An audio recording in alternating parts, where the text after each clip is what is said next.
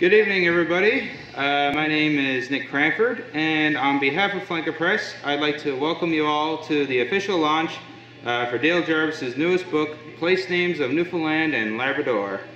Dale really put his heart and soul into this one.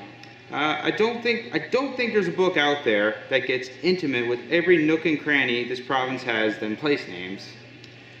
I'd like to take a moment to thank our infamous dream team at Flanker, who, without their magic, we wouldn't have place names in our hands tonight.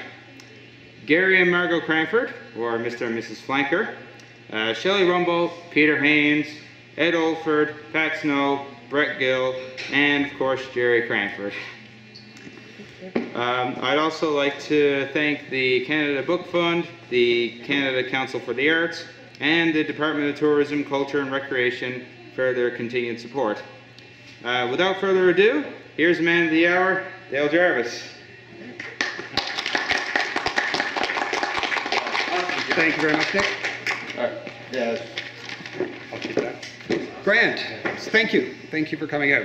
I'm going to read a couple stories here from the book, and just to echo what Nick was saying, thank you to all the staff at Flanker for all the work that they've been doing, and thanks to Graham Blair for making the cover look amazing, as Graham is wont to do. The book covers about 260 or so place names from all across the province, Newfoundland and Labrador.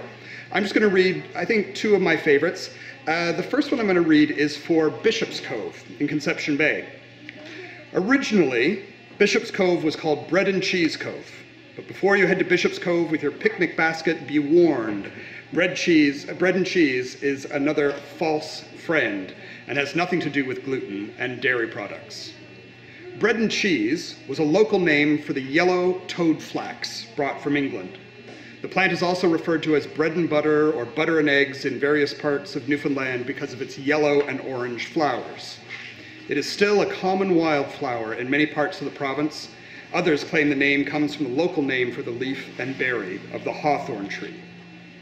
Yellow toad flax, Linaria vulgaris, blooms in late July and early August and was valued for its medicinal properties. It could be used as a laxative and a strong diuretic to reduce fevers, and in different preparations could be used to treat jaundice and dropsy. Chopping up the whole plant and combining it with grease from an old hog was believed to cure hemorrhoids, ugly sores, and other skin eruptions. It could also be used as a source of fabric dye.